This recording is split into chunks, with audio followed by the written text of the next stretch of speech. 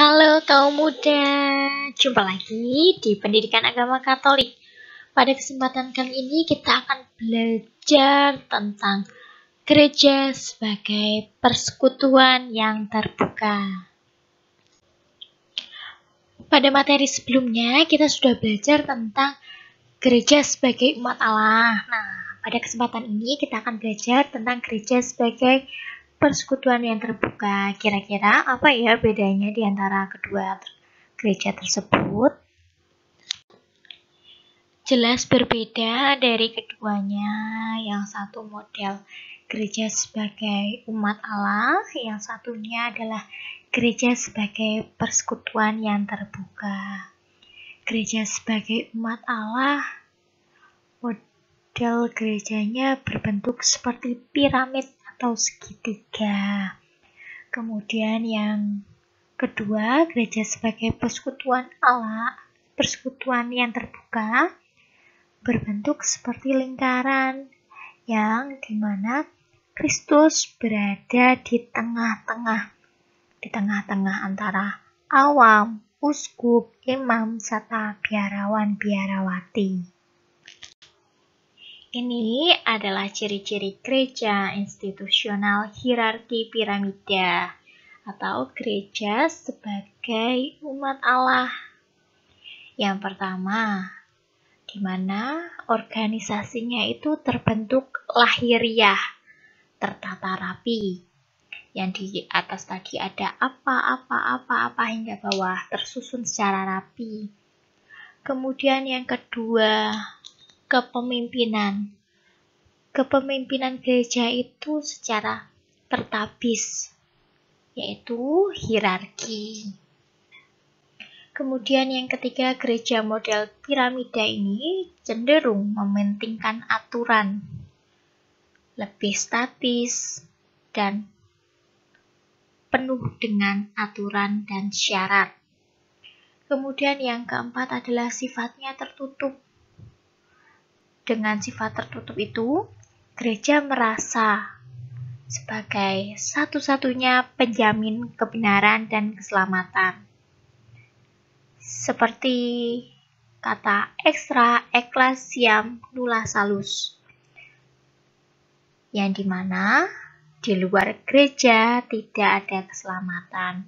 Nah, paham tersebut berada pada model gereja, paham institusional hierarki piramida. Kemudian, ciri gereja sebagai persekutuan umat yang terbuka, yaitu yang pertama adalah gereja tidak lagi hierarki sentris, melainkan kristosentris. Nah, gereja ini bentuknya seperti lingkaran tadi dan berpusat pada Kristus. Kristus berada di tengah-tengah. Kemudian yang kedua, gereja lebih bersifat terbuka dan rela berdialog. Yang ketiga, adanya pembaharuan yang mendorong umat untuk terlibat dalam berpartisipasi serta kerjasama dengan klerus. Dan yang keempat adalah kepemimpinan gereja didasarkan pada spiritualitas Yesus yang melayani para murid-muridnya, yang digambarkan dengan model gereja yang dimana Allah berada di tengah-tengah. Dengan begitu, terjadi gerakan pembaharuan yang terjadi di dalam gereja. Gerakan pembaharuan itu meliputi yang pertama, umat itu memiliki hak dan wewenang yang sama, tetapi tetap ada batasnya. Khususnya ikut menentukan gerak kegiatan liturgi di paroki melalui wadah dewan paroki. Yang kedua adalah gerakan pembaharuan ini tidak hanya menyangkut kepentingan gereja saja, melainkan lebih dari itu, dengan menjangkau masalah-masalah di dunia. Yang ketiga, tentang susunan kepengurusan dewan paroki, yang bukan lagi piramidal, melainkan lebih merupakan kaitannya yang saling kerjasama dan saling melengkapi. Intinya, gereja mengundang semua orang beriman untuk saling berkomunikasi, saling terlibat, dan saling diubah demi kemajuan gereja sendiri. Keanggotaan dalam gereja sebagai persekutuan umat diantaranya yaitu ada hierarki, biarawan-biarawati, dan juga umat. Gereja sebagai persekutuan umat dalam terang kitab suci tertuang dalam cara hidup jemaat perdana dalam Kisah Para Rasul 4 ayat 32 sampai dengan 37.